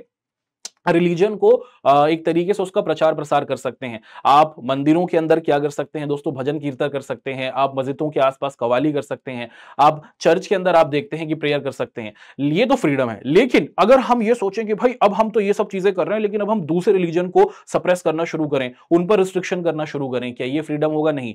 और इसी को रोकने के लिए हमें लॉस की जरूरत है, और इसी को रोकने के लिए हमें किस चीज की जरूरत है? हमें रिस्ट्रिक्शंस की जरूरत होगी। कि अगर रिस्ट्रिक्शंस होंगे, अगर कानून बना होगा, तो एक इंसान को पता है कि भैया हाँ, हमें अपने रिलीजन को फॉलो करना है, अपने रिलीजन का हम लोग क्या करेंगे, इसको हम लोग एक तरीके से जिस तरीके से फॉलो करना है फॉलो करेंगे, लेकिन दूसरे रिलीजन पर हम अगर कुछ बोलेंगे तो वो खतरनाक चीज होगी। समझ पा रहे हैं ना। उसके लिए हमें क्या है दोस्तों कि सोसाइटी में एक तरीके से पीस और हार्मनी बनी रहे, इसीलिए हमें कुछ कंस्ट्रेंट्स या फिर हमें कुछ लिमिटेशंस जरूरी है। सोशल इनइक्वालिटी की बात की जाए, social inequality like the caste system and extreme economic inequality also constraints freedom. देखो, अगर हम इंडिया के कॉन्टेक्स्ट की बात करें, अगर हम लोग अपने भारत के इतिहास को देखते हैं तो हमें देखने को मिलता है कि हमारी सोसाइटी के अंदर कास्ट सिस्टम है, और ये कास्ट सिस्टम एक तरीके से आप देखते हैं कि फ्रीडम को तोड़ रहा था। आजादी से पहले या फिर आज से हजारों साल पहले अगर आप लोग देखें, हमारी सोसाइटी में 4 वर्ण बने हुए थे, या फिर 4 ग्रुप्स बने हुए थे, या फिर 4 कास्ट सिस्टम हमें देखने को मिलता है ना। ब्राह्मण हुए, है ना। उसी के साथ साथ हमें देखने को मिलता है कि क्षत्रियाज हुए, वैश्य हुए, और उसके साथ साथ हमें शूद्रास देखने को मिलते हैं। अब इन लोगों पे क्या किया जाता था कि जो ब्राह्मण लोग होंगे वो आप देखते हैं दोस्तों कि वो क्या करेंगे, वो पढ़ाई लिखाई का ही काम करेंगे, स्टडी करेंगे, है ना। जो क्षत्रियाज होंगे आप देखते हैं दोस्तों कि उनको क्या, वो वॉरियर होंगे, वो राजा बनेंगे। उसी के साथ साथ आपको दिखता है कि जो वैश्य ग्रुप से आते हैं वो क्या करेंगे, वो बिजनेस करेंगे। और जो शूद्र से आते हैं वो लोग क्या करेंगे, वो जो नॉर्मल काम होते हैं, जो कॉमन काम होते हैं वो करेंगे, है ना। अब देखो, कोई ऐसा हो सकता है कि भैया ये कोई ब्राह्मण कैटेगरी, जो कोई ब्राह्मण फैमिली से आने वाला बंदा है, वो क्या करना चाहता है दोस्तों कि उसके अंदर विश है कि वो एक तरीके से क्या करना चाहता है, वॉरियर बनना चाहता है। एक वैश्य कम्युनिटी से आने वाले इंसान की ये ख्वाहिश है कि वो क्या करना चाहता है, वो पढ़ाई करना चाहता है, यानी कि वो ब्राह्मण का काम करना चाहता है। लेकिन इस तरीके की रिस्ट्रिक्शंस हमारी सोसाइटी के अंदर थी। उस टाइम पे ऐसा नहीं था। आप जिस सोशल ग्रुप के अंदर पैदा हो गए, जिस ग्रुप के अंदर आप पैदा हो गए, उसी काम को आपको फॉलो करना होगा, है ना। या तो आपको पढ़ाई लिखाई करनी होगी, या तो आपको बिजनेस करना होगा, या तो वॉरियर या फिर किंग बनेंगे, या फिर आपको नॉर्मल काम करना होगा। और ये कौन डिसाइड करेगा? ये डिसाइड कर रहा है कि भैया आप कौन से ग्रुप के अंदर पैदा हो रहे हैं। क्या वहां पर फ्रीडम है? नहीं। फ्रीडम का मतलब है कि आप आजाद हैं, जो करना चाहो वो करो, किसी तरीके की कोई रिस्ट्रिक्शन नहीं है आपके काम को चूज करने में। और यही क्या करती थी दोस्तों, यही इनइक्वालिटी पैदा करती थी। यही क्या थी दोस्तों, यही इनइक्वालिटी पैदा कर रही थी कि जिस ग्रुप में तुम पैदा हुए तुम्हें वही काम करना है। ये तो इनइक्वालिटी है, समानता थोड़ी है ना। तो कोई भी किसी भी ग्रुप से आए, कोई भी किसी भी सोसाइटी से आए, उसको कोई भी काम करने की पूरी इजाजत मिलनी चाहिए। सुभाष चंद्र बोस आप देखते हैं दोस्तों कि अलग अलग तरीके से क्या करते हैं, हमारी कंट्री के अंदर इस तरीके की जो फ्रीडम की बात थी कि जो कास्ट सिस्टम का जो पूरा का पूरा सिनेरियो था उसको कहीं ना कहीं हटाने में और एक तरीके से एक ऐसी सोसाइटी बनाने में जिसमें हम कास्ट फ्री हों, उस पर बहुत बड़ा अपना कॉन्ट्रीब्यूशन भी देते हैं। अच्छा अच्छा, देखा जाए दोस्तों कि why do we need constraints, कि भैया काहे को हमें कंस्ट्रेंट्स चाहिए, इसको हमने अच्छे तरीके से अभी अभी आपके सामने रखा है कि बताया जा रहा है कि constraints are necessary to prevent chaos in the society, without them disagreements over ideas, opinions and ambitions could lead to the conflicts and violence. ठीक है, जैसे हम सभी को पता है कि कंट्री के अंदर आजादी है, आप जो काम करना चाहें, जिस रिलीजन को फॉलो करना चाहें आप कर सकते हैं, है ना। जैसे अभी अभी हमने डिस्कस किया था, अब अपने रिलीजन को फॉलो कर रहे हैं, अब आपको लगता है ना, आप क्या करें, आजादी के नाम पर किसी दूसरे रिलीजन को सप्रेस करना शुरू कर दें। आपको ये फ्रीडम है कि आप किसी भी तरीके से क्या कर सकते हैं, कंट्री के अंदर अपने आइडियाज को लिख सकते हैं। ये एक तरीके का बात है कि आप कुछ भी बोल सकते हैं, लेकिन क्या आप किसी की, आप देखते हैं कि जो सेल्फ स्टीम है, किसी का जो रिलीजियस बिलीव है, या फिर आप देखते हैं दोस्तों कि किसी की एक तरीके से आप देखते हैं कि उनकी कास्ट पर कोई ऐसा कमेंट करें जिससे आप देखते हैं कि उस इंसान की सेल्फ स्टीम गिर जाए, कि आपको ये आजादी दी जाएगी? नहीं। आजादी ये है कि आप जो कहना चाहें वो बोल सकते हैं, but with in the limits, है ना। अगर ऐसा नहीं किया गया, कि अगर हमने कंट्रोल नहीं किया, तो इससे सोसाइटी के अंदर हमें डिसएग्रीमेंट्स होते हुए दिख सकते हैं, है ना। अगर आप देखते हैं दोस्तों कि सोसाइटी के अंदर ना लोगों को एक तरीके से रूल्स में रखने की जरूरत है, रेगुलेशंस में रखने की जरूरत है, क्योंकि अगर रूल्स एंड रेगुलेशंस होंगे तो लोगों को पता है कि अगर हम कुछ गलत बोलेंगे, कुछ गलत करेंगे, तो हमारे खिलाफ एक्शन लिया जाएगा। तुम आजाद हो, तुम जो बोलना चाहते हो वो बोलो, मगर किसी के बिलीफ सिस्टम को, किसी के, आप देखते हैं दोस्तों कि रिलीजन सिस्टम को, या फिर किसी की कास्ट के कॉन्टेक्स्ट में आप कुछ ऐसी बात ना करें जो किसी को एक तरीके से डिसहर्टन करे। उसी के साथ साथ differences among people in terms of ideas, ambitions, आप देखते हैं competition for resources can lead to disagreements and conflicts. Society needs mechanism to manage these conflicts to prevent violence and loss. भैया अगर हम बात करें सोसाइटी के अंदर, अगर हमें दिखता है कि कुछ ग्रुप है, उनका मानना है कि भैया कंट्री को इस तरीके से चलाना चाहिए, और वो ये बात कहें कि नहीं नहीं हमारा ही तरीका बहुत बढ़िया है, हमारी जो पॉलिटिकल पार्टी यही बहुत बढ़िया, और इसी पॉलिटिकल पार्टी को आप देखते हैं कि आने वाले 10 15 20 25 सालों तक कंट्री को संभालने की जिम्मेदारी दी जानी चाहिए। नहीं भाई, कंट्री के अंदर एक डेमोक्रेटिक तरीका है, कंट्री के अंदर एक मैकेनिज्म है, इलेक्शंस होंगे, अगर इलेक्शंस के अंदर आपको मेजोरिटी मिलेगी तब आप कंट्री को चला सकते हैं, है ना। आप क्या करते हैं दोस्तों कि अगर आपके आइडियाज हैं, आपकी सोच है, वो आप दूसरों पर क्या नहीं कर सकते, थोप नहीं सकते। कंट्री के अंदर एक प्रॉपर मैकेनिज्म है, उस मैकेनिज्म के जरिए, उस पूरे की पूरी मशीनरी के जरिए, उस पूरे के पूरे सिस्टम के जरिए ही चीजें की जाएंगी, और लॉफुल तरीके से की जाएंगी, तो हम लोग कंट्री के अंदर मौजूद किसी भी तरीके का जो वायलेंस है या फिर लोगों की जो जिंदगी जाती है उसको रोक सकते हैं। Everyday conflicts over issues such as road rage, parking space, housing land disputes and film screening highlight needs to constraints in the maintaining order. देखो, तो अपने आसपास देखते रहते हो, छोटी छोटी बात पर आप देखें दोस्तों कि ह्यूमन की टेंडेंसी रही है कि हम ना अपने फ्रीडम के नाम पर दूसरे की फ्रीडम को छीनने की या फिर उसको दबाने की कोशिश करते हैं। ह्यूमंस जो हैं उनका एक नेचर रहा है कि वो अपनी आप को पावरफुल दिखाने के लिए दूसरे को सप्रेस करना शुरू करते हैं, ये ह्यूमन नेचर है। तुम अपने आसपास देखो, अगर तुम्हारे आसपास कोई एक ऐसा आदमी होगा जो तुम्हारी कॉलोनी के अंदर रहता होगा और कहीं ना कहीं आपको वो थोड़ा पुअर दिखता है, या फिर आप देखते हैं दोस्तों कि उसके पास अच्छा घर नहीं है, और ये मेरे खुद का एक एग्जांपल देखा हुआ है ना। हमारी सोसाइटी के अंदर आप देखते हैं कि एक छोटा सा घर था, और उसके आसपास में ही कुछ और अच्छे अच्छे घर थे। तो जो अच्छे अच्छे घर वाले लोग थे ना, उनकी बड़ी बड़ी कारें थी, और वो बड़ी बड़ी कारों वाले लोग उस छोटी घर के आगे अपनी कार को लगाते थे। और वो जो छोटा आदमी था ना, वो डरा रहता था, वो बोलता नहीं था। और अगर वो बोलता है तो वो कहते हैं भैया तुम्हारा छोटा सा घर है, हमारी कार अगर तुम्हारे घर के आगे खड़ी हो रही है तो तुम्हारे लिए तो रिस्पेक्टफुल बात है, तुम्हारे लिए तो सम्मान की बात है कि इतनी ऊंची कार तुम्हारे घर के आगे खड़ी है। और यही क्या होगी दोस्तों कि यही छोटी छोटी बातें फिर क्या करेंगी, आप देखते हैं दोस्तों कि एक तरीके से इश्यूज क्रिएट करेंगी या फिर वायलेंस की तरफ जाएंगी। अगर वो जो आदमी जिसका घर छोटा है, अगर वो एक तरीके से आप देखें थोड़ा वायलेंट हो जाए, अटैक कर दे, कार पर अटैक कर दे, उस आदमी पर अटैक कर दे, तो ये सोसाइटी के अंदर पीस और हार्मनी को आप देखते हैं कि एक तरीके से परेशान करेगा। तो रूल है भाई, रूल क्या है कि तुम्हें अगर अपनी घर के, तुम्हारी अगर अपनी गाड़ी है तो अपने घर के आगे खड़ी करो, आपकी प्रॉपर्टी के आगे का हिस्सा आपका है, वो कोई और यूज नहीं कर सकता। हाँ, आप पूछकर यूज कर सकते हैं, अगर वो इजाजत दे तो आप कर सकते हैं, बट आप फोर्सफुली कहें कि नहीं नहीं मुझे तो यहीं खड़ी करनी है, दैट इज रॉन्ग, है ना। क्योंकि आप उसकी फ्रीडम को क्या कर रहे हैं, आप उसकी फ्रीडम को हैम्पर कर रहे हैं। समझ में आया? तो ये छोटे छोटे इंसिडेंट्स भी हम देखते हैं, और इन्हीं इंसिडेंट्स को केटर करने के लिए ये जरूरी है कि हमारे पास गवर्नमेंट हो, और गवर्नमेंट को ये इज्जत, गवर्नमेंट को आप देखते हैं कि रिस्पॉन्सिबिलिटी दी जाए कि भैया आपके पास पावर है, आप इन इश्यूज को टैकल करें। For a society to function freely and minimal constraints, individual must respect each others views and avoid, आप देखते हैं दोस्तों किसी भी तरीके की बिलीफ कि अगर आप एक ऐसी सोसाइटी में रहना चाहते हैं जो एक फंक्शनल सोसाइटी हो, जहां पर लोग अच्छे तरीके से रहें, तो इसके लिए जरूरी है कि आप एक दूसरे के बिलीफ्स को सम्मान दें, एक दूसरे को रिस्पेक्ट दें, एक दूसरे की फ्रीडम को आप देखते हैं कि वैल्यू करें। अपनी फ्रीडम को और अपने व्यूज को दूसरों के ऊपर इंपोज करना बिल्कुल भी सही ना माने। Why do we need constraints को आगे बढ़ाएंगे। Even in free society, some constraints are required to ensure respect for difference in views, opinions, beliefs that helps prevent। आप देखते हैं दोस्तों कि अगर हमें एक ऐसी सोसाइटी बनानी है जिसके अंदर आप देखते हैं कि एक फ्री सोसाइटी हो, लेकिन उस फ्री सोसाइटी के अंदर भी एक भारत जैसे समाज में, दुनिया के किसी भी देश के अंदर आप देखें कि कोई एक ऐसा देश हो सकता है जहां पर वो देश बहुत तो प्रोग्रेसिव है लेकिन वहां पर कोई रूल्स रेगुलेशन नहीं है। रूल्स रेगुलेशंस नहीं होंगे तो लोग एक दूसरे को मार काट डालेंगे। रूल्स रेगुलेशंस नहीं होंगे तो दोस्तों आप देखते हैं कि जो पावरफुल लोग हैं वो कमजोर लोगों को एक तरीके से सप्रेस कर लेंगे। पावरफुल लोगों को आगे बढ़ा, पावरफुल लोगों को एक तरीके से रोकने के लिए और जो हमारे गरीब लोग होते हैं उनको आगे बढ़ाने के लिए हम देखते हैं दोस्तों की सोसाइटी में रूल्स एंड रेगुलेशंस की जरूरत है। अमीर और गरीब का ये जो अंतर है उसको एक तरीके से कम करने के लिए हमें क्या है दोस्तों की कंट्रोल करने की जरूरत है, हमें रूल्स एंड रेगुलेशंस की जरूरत है।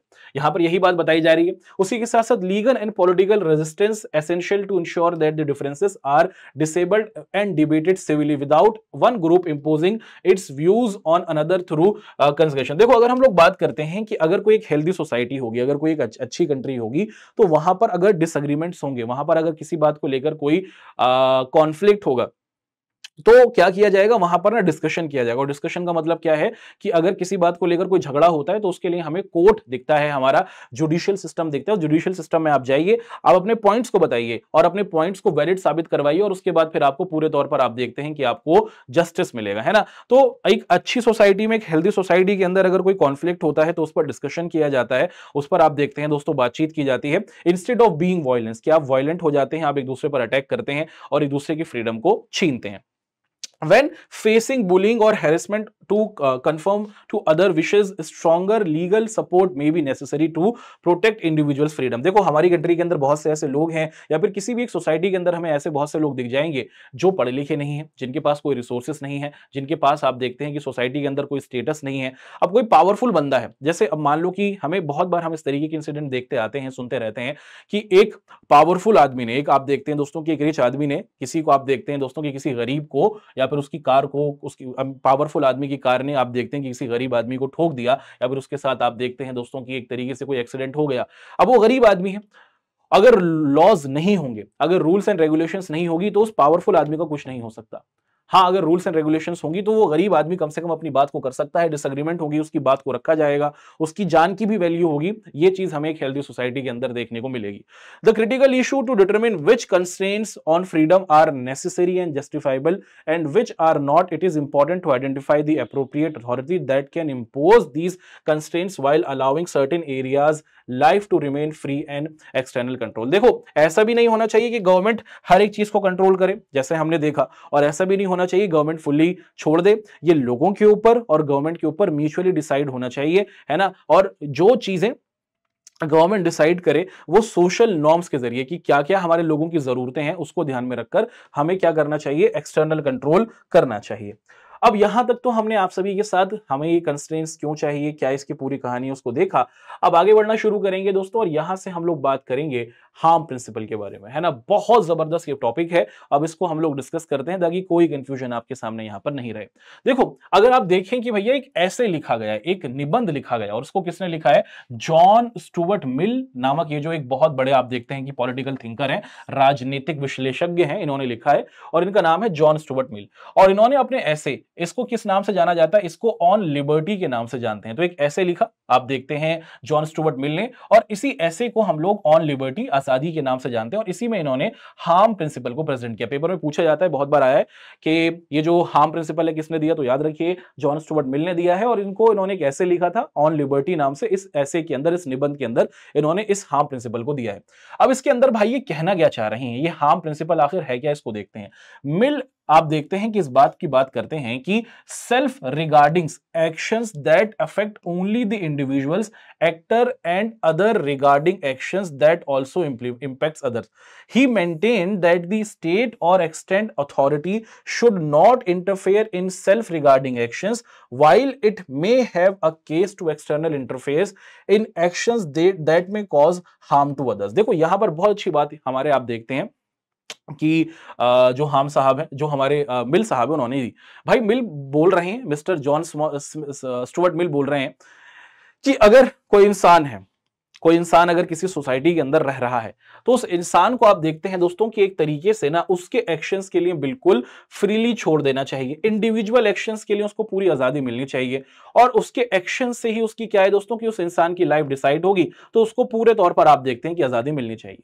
उसी के साथ साथ इनका यह भी कहना है कि अगर कोई एक्सटर्नल अथॉरिटी है कि भैया कोई गवर्नमेंट है, तो गवर्नमेंट क्या करे दोस्तों कि किसी इंसान के सेल्फ रिगार्डिंग एक्शंस को किसी तरीके से कैप्चर करने की कोशिश ना करे। अगर आपने ये किया ना तो क्या होगा दोस्तों कि ये हार्म प्रिंसिपल है कि मान लीजिए कोई इंसान है और वो इंसान क्या करना चाहता है, वो इंसान किसी तरीके के आप देखते हैं कि व्यूज को रखता है।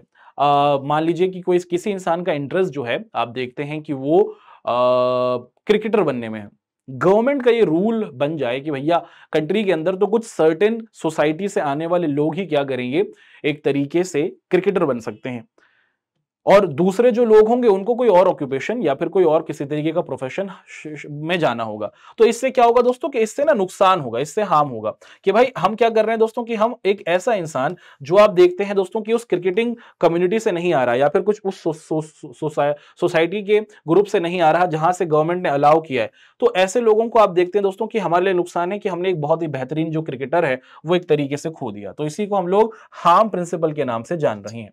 अब यहां पर नेगेटिव एंड पॉजिटिव लिबर्टी के हमारे कुछ टॉपिक्स हमारे सामने आएंगे। अब नेगेटिव और पॉजिटिव लिबर्टी का पूरा सिनेरियो क्या है उसको हम लोग एक एक कर आपके सामने डिस्कस करते हैं। देखिए, in political theory two types of liberty, liberty का मतलब होता है फ्रीडम या फिर आजादी, are recognised, namely negative liberty and positive liberty. चलो सबसे पहले नेगेटिव लिबर्टी को हम लोग समझने की कोशिश करते हैं कि नेगेटिव लिबर्टी पॉजिटिव लिबर्टी आखिर है क्या, इनको हम लोग आपके सामने अच्छे तरीके से देखते हैं। सबसे पहले देखिए, negative liberty aims to define and safeguard an individual involving area where they can pursue their aspirations, goals and choice without interfere of external authority। कि भैया अगर हम बात करते हैं नेगेटिव लिबर्टी की या फिर नेगेटिव फ्रीडम की, तो नेगेटिव फ्रीडम का मतलब क्या है कि यहां पर एक इंसान की जाती आजादी की, एक व्यक्ति की, एक आप देखते हैं कि एक ह्यूमन बीइंग की जो उसकी आजादी की बात होती है ना। तो नेगेटिव लिबर्टी का मतलब क्या है कि कोई एक इंसान है और एक इंसान के अंदर अगर आप लोग देखें कि एक जैसे नेगेटिव लिबर्टी का मतलब कि यहां पर हमें एक ह्यूमन दिख रहा है। अब इस ह्यूमन के अंदर आप देखें कि इसके जो भी गोल्स हैं, जो भी ये कुछ करना चाहता है, जिस भी तरीके की ये चॉइसेस बनाना चाहता है, इस पर आप देखते हैं दोस्तों कि किसी तरीके का बाहर से कोई कंट्रोल नहीं होना चाहिए। इसी को हम लोग नेगेटिव क्या कह रहे हैं, लिबर्टी के नाम से जान रहे हैं कि यहां पर आप फुल्ली फ्री हैं। This area is minimum scared space that must be protected from an outside intervention. The negative liberty approach emphasize an area of non-interfere in which individual can express themselves where there is a limited human dignity gets undermined, है ना। तो यहां पर बताया जा रहा है दोस्तों कि एक ऐसी सोसाइटी जहां पर आप देखते हैं कि जो इंडिविजुअल है उसको फुल्ली लिबर्टी दी गई है, फुल्ली फ्रीडम दी गई है। तुम किसी भी तरीके की सोच रख सकते हो, कोई भी तुम्हारी ख्वाहिश या फिर कोई भी तुम्हारी विशेष हो सकती हैं, तुम किसी भी तरीके की चॉइसेस बना सकते हो, तुम किसी भी तरीके से क्या कर सकते हो, अपने जिंदगी के गोल्स को सेट कर सकते हो और तुम पर किसी भी तरीके से आप देखते हैं कि कोई कंट्रोल नहीं होगा। बहुत मिनिमलिस्टिक, बहुत कम, ना के बराबर आप देखते हैं कि आप पर कंट्रोल किया जाएगा किसी बाहर की एंटिटी, गवर्नमेंट के जरिए या फिर सोसाइटी के किसी और ग्रुप के जरिए। आप फुल्ली इंडिपेंडेंट, कोई रोक टोक नहीं है। यह है हमारा सोसाइटी का आप देखते हैं दोस्तों कि एक नेगेटिव पर्सपेक्टिव, पॉलिटिकल थ्योरी के अंदर इसको एक नेगेटिव लिबर्टी के नाम से जानते हैं। बात करते हैं पॉजिटिव लिबर्टी की। पॉजिटिव लिबर्टी का मतलब क्या है कि positive liberty recognises that the individual can be free, के कोई इंसान है वो फ्री होगा, मगर उसके साथ साथ society and aims to create a society that foster individual development. देखो, अगर हम लोग नेगेटिव लिबर्टी की बात करते हैं तो वहां पर तो तुम खुले हो, तुम पर कोई रोक टोक नहीं है ना। पंजाबी वर्ड के अंदर है ना, आप देखते हैं कि एक वर्ड होता है जिसे कहते हैं ये तो छड़ा है। छड़ा का मतलब इस पर कोई लिमिटेशंस नहीं है, जो करना चाहता है वो कर सकता है, जहां जाना चाहे वो जा सकता है, ना तो मम्मी की सुनता ना तो पापा की सुनता है ना। एक तरीके से इस वर्ड को यूज किया जाता है ना। तो ये एक नेगेटिव लिबर्टी का पॉइंट हुआ। वहीं अगर बात की जाए है पॉजिटिव लिबर्टी की या फिर सकारात्मक आजादी की, तो इसका मतलब यह है कि आप आजाद तो हैं, लेकिन उसी के साथ साथ आप देखते हैं क्योंकि आप सोसाइटी में रह रहे हैं, और सोसाइटी क्या है दोस्तों, एक तरीके से आपको अच्छा बनाना चाहती है, सोसाइटी आपको डेवलप्ड करना चाहती है। तो इसके लिए आप देखते हैं कि जैसे नेगेटिव लिबर्टी के अंदर आपने देखा था कि आपके ऊपर किसी तरीके का कोई कंट्रोल नहीं था, आपके ऊपर कोई इंटरफेयर नहीं था, आप जो करना चाहते थे वो कर सकते थे। पॉजिटिव लिबर्टी के अंदर आप देखते हैं दोस्तों कि इसके अंदर आपको दिखता है कि एक तरीके का रिलेशन होता है, किस तरीके का, कि कोई अगर एक इंसान, एक इंडिविजुअल है और जो सोसाइटी है, ये दोनों क्या करेंगे दोस्तों, कि जो सोसाइटी होगी ना वो क्या करेगी, एक इंसान को आजादी तो देगी कि भैया जो करना है वो करो, मगर सोसाइटी एक तरीके से आप देखते हैं कि एक हेल्दी अग्रीमेंट्स या फिर उसको एक तरीके से कंट्रोल कर रखेगी, ताकि उस इंसान की जो पर्सनैलिटी है उसको डेवलप्ड किया जा सके, उसको अच्छे तरीके से हम लोग क्या कर सकते हैं दोस्तों, बेहतर बना सकते हैं। अच्छा, और अच्छे तरीके से देखते हैं कि for individuals to develop their capabilities, positive conditions and material, political and social domains are essential. देखो अगर हम ध्यान से सोचें, हमारे सामने दो यहां पर लोग दिख रहे हैं, एक आदमी है भैया जिसके ऊपर किसी तरीके का कोई कंट्रोल नहीं है, ये जो करना चाहे वो करेगा, और आप देखते हैं दोस्तों कि इसके ऊपर बाहर से कोई कंट्रोल नहीं है। तो ऐसा हो सकता है कि इस इंसान का डेवलपमेंट ज्यादा ना हो, है ना। ह्यूमंस को क्या चाहिए दोस्तों, कि हमें कहीं ना कहीं थोड़ा थोड़ा कंस्ट्रेन या फिर कहीं ना कहीं थोड़े थोड़े रिस्ट्रिक्शंस चाहिए, है ना। और वहीं पर एक दूसरा इंसान हमें दिखता है दोस्तों, एक दूसरा ह्यूमन बीइंग हमें दिखता है, इसके ऊपर आप देखते हैं कि इसको फ्रीडम तो है, जो ये करना चाहे वो कर सकता है, लेकिन इसके साथ साथ कुछ रिस्ट्रिक्शंस भी हैं, या फिर इसको गाइडेंस दी जाती है, इसको बताया जाता है कि किस तरीके से चीजें की जा सकती हैं, है ना। अब आप देखिए दोस्तों, हमें यह देखने को मिलता है कि दो इंसान हैं, इनमें से किसी एक के ऊपर कोई लिमिटेशंस नहीं है, तो आप देखते हैं कि इसकी डेवलपमेंट कहीं ना कहीं रुक जाएगी। वहीं एक ऐसा इंसान जिसके ऊपर रिस्ट्रिक्शन और उसे गाइडेंस मिल रही है, तो इसकी सोसाइटी के अंदर अच्छी डेवलपमेंट हो सकती है। इसके पास जो चॉइसेस है, इन चॉइसेस को, जैसे मान लीजिए कि इसके पास ऑप्शन है, या तो डॉक्टर बन जाओ, या तो लॉयर बन जाओ, या तो टीचर बन जाओ, या तो आप देखते हैं क्रिकेटर बन जाओ। अब इसमें बनना कैसे, इसके ऊपर भी आप देखते हैं कि सोसाइटी काम करेगी, सोसाइटी उसकी मदद करेगी, तो ऐसे इंसान का डेवलपमेंट ज्यादा हो सकता है। तो पॉजिटिव हमारी जो आप देखते हैं कि जो लिबर्टी है, उसमें यही बात सीधे सीधे तौर पर की जा रही है कि हर इंसान ये चाहता है कि वो अपनी कैपेबिलिटीज को आगे बढ़ाए, और कैपेबिलिटीज को आगे बढ़ाने के लिए कहीं ना कहीं तुम्हें सोसाइटी का इंटरफेयर जरूरी है, तुम्हें गवर्नमेंट का इंटरफेयर होना जरूरी है, ताकि तुम्हारी जो स्किल्स हैं उसको लेवरेज किया जा सके, ताकि तुम्हारी जो खूबियां हैं उसको और अच्छा बनाया जा सके। The idea of freedom to it is an external argument of the positive liberty, certain both negative and positive liberty emphasise each other, but in same cases आप देखते हैं दोस्तों कि ये एक दूसरे से हमें अलग भी दिखती हैं। तो दोनों एक दूसरे से इंटर रिलेटेड है, और एक दूसरे से आप देखते हैं दोस्तों कि कहीं ना कहीं ये हमें विपरीत भी या फिर अलग भी होती हुई दिखती है, जुड़ी हुई है दोनों की दोनों, और अलग भी हमें देखने को मिलती है। बढ़ते हैं आगे। अब यहां से हम लोग फ्रीडम ऑफ एक्सप्रेशन की बात करेंगे। फ्रीडम ऑफ एक्सप्रेशन एक बहुत ही महत्वपूर्ण बात है कि आप जो फील करते हैं, आप जो बोलना चाहते हैं, आप जो लिखना चाहते हैं, आप जो कहना चाहते हैं, आपको उसकी आजादी मिलनी चाहिए। Freedom of expression it is considered a fundamental area of non interfere, कि भैया आप जो कहना चाहें, बोलना चाहें, लिखना चाहें, आपको मौका मिले। जेएस मिल आप देखते हैं कि बात करते हैं इस चीज पर कि provided strong reason why freedom of expression should not be restricted, कि इनका मानना है कि भैया फ्रीडम ऑफ एक्सप्रेशन को तो कभी भी गवर्नमेंट को कंट्रोल करना नहीं चाहिए। गवर्नमेंट कंट्रोल करे, लेकिन इस चीज को कभी कंट्रोल ना करे, किसको, फ्रीडम ऑफ एक्सप्रेशन को, है ना। उसी के साथ साथ आप देखते हैं दोस्तों कि इन अ लॉट ऑफ थिंग्स ये डिमांड करते हैं कि भाई किसी भी तरीके से किताबों पर बैन लगाना, और फिल्मों पर बैन लगाना, या फिर किसी एकेडमिक कल्चर पे या फिर किसी कंटेंट पर बैन लगाना, अगर कोई इंसान अपने व्यूज को बता रहा है तो उस पर लिमिट्स नहीं होनी चाहिए। Freedom involves making choices, disagreements and negative and positive liberty and justifiable constraints. Protecting freedom of expression may cause inconvenience, but it is necessary to uphold the fundamental values. तो बेसिकली यही बात यहां पर की जा रही है कि आप जो फील करते हैं वो आप लिखें, आप जो बताना चाहते हैं वो आप बताएं, और उसी के साथ साथ आप देखते हैं कि वो कंट्रोलिंग ना हो। लेकिन ध्यान देने वाली बात यह है कि अगर आप किसी चीज पर कोई बात कहना चाह रहे हैं, ऐसा ना हो कि आपकी बात कहने से किसी दूसरे ग्रुप के जो सेंटिमेंट्स हैं वो हर्ट हो, किसी दूसरे ग्रुप के आप देखते हैं कि जो बिलीफ सिस्टम हो उसको किसी तरीके की परेशानी हो, तो आप बोलना चाहें बोल सकते हैं, but there is a slight condition in that. Slight condition क्या है कि आपके ऊपर ऐसा ना हो कि आप अपनी बात को कहने की वजह से दूसरों की जो आप देखते हैं बिलीव है, दूसरों का जो थॉट है उसको डिसरिस्पेक्ट कर दें, है ना। तो यही बात हमें यहां पर आप देखते हैं दोस्तों कि अलग अलग कॉन्टेक्स्ट में देखने को मिल रही है, ठीक है ना। तो यही बात है कि अगर हम लोग क्या करते हैं दोस्तों कि हाँ, यही बात है कि अगर कोई एक ऐसी फिल्म है या फिर कोई एक ऐसी मूवी है जिसके ऊपर आप देखते हैं दोस्तों कि जो सोसाइटी के लिए बिल्कुल सही नहीं है, सोसाइटी के अंदर किसी ग्रुप की जो बिलीफ सिस्टम है या फिर जो उनका आप देखते हैं कि एक तरीके से जो उनकी सोसाइटी में इज्जत है वो खराब हो सकती है, तो उन पर बैन या फिर आप देखते हैं कि रिस्ट्रिक्शन होना चाहिए। तो फ्रीडम ऑफ एक्सप्रेशन होना चाहिए, आपको पूरी आजादी है, जो आप बोलना चाहें वो बोलें, बट ये ऐसी भी नहीं होनी चाहिए कि भैया आप अपनी फ्रीडम ऑफ एक्सप्रेशन के नाम पर दूसरों के फ्रीडम को एक्सप्लॉइट करना शुरू करें। आप जो कहना चाहते हैं वो बोलिए, but in some certain way में, सम रिस्पेक्टफुल वे में। कोई डेरोगेटरी बात ना करें, कोई अमान्य बात ना करें, कोई आप देखते हैं कि अमानवीय बात या फिर कोई अनकॉन्स्टिट्यूशनल बात ना करें जो असंवैधानिक बात हो। कंक्लूजन टॉपिक का डिस्कशन कर लेते हैं कि भैया अगर हम देखें the stories of Nelson Mandela and आंग सान सू की highlights the profound sacrifice made in the pursuit of freedom, कि शुरुआत जो आजादी की हुई है या तो वो अपनी मिलिट्री से आजादी की रही या फिर आप देखते हैं कि बाहर की जो एक अथॉरिटी या फिर जो बाहर के लोग थे ब्रिटिशर्स, उनके खिलाफ नेल्सन मंडेला ने ली।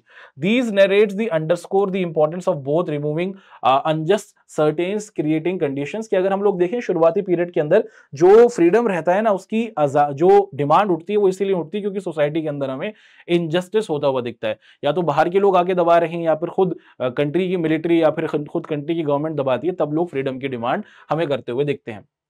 उसी के साथ साथ आप देखते हैं दोस्तों कि अगर हम फ्रीडम को अच्छे तरीके से समझने की कोशिश करें तो फ्रीडम एक ऐसी हमारी फीलिंग है जिसके अंदर आप देखते हैं कि किसी के ऊपर कोई आप देखते हैं दोस्तों की लिमिटेशंस नहीं होनी चाहिए। अगर लिमिटेशंस है तो वो इतनी होनी चाहिए जिससे आप देखते हैं कि सोसाइटी की ग्रोथ हो, और उसी के साथ साथ हमें देखता है दोस्तों की जो सोसाइटी है वो भी आगे बढ़े और जो हमारा एक इंडिविजुअल है वो भी हमें आगे बढ़ता हुआ दिखे। और इसी नोट के साथ हमारा ये जो आज का लेक्चर है जिसे हम लोग कहते हैं फ्रीडम होता है कंप्लीट। आशा करते हैं दोस्तों कि ये जो हमारा लेक्चर है जो आपके सामने पेश किया गया है ये काफी ज्यादा आपको इंटरेस्टफुल लगा होगा। इस चैप्टर की कहानी होती है कंप्लीट। मुलाकात करेंगे आप लोगों से अपने नेक्स्ट चैप्टर के अंदर, और नेक्स्ट चैप्टर आपको जल्दी आता हुआ दिखेगा। उम्मीद करते हैं कि आप लोगों को चीजें समझ में आई होंगी।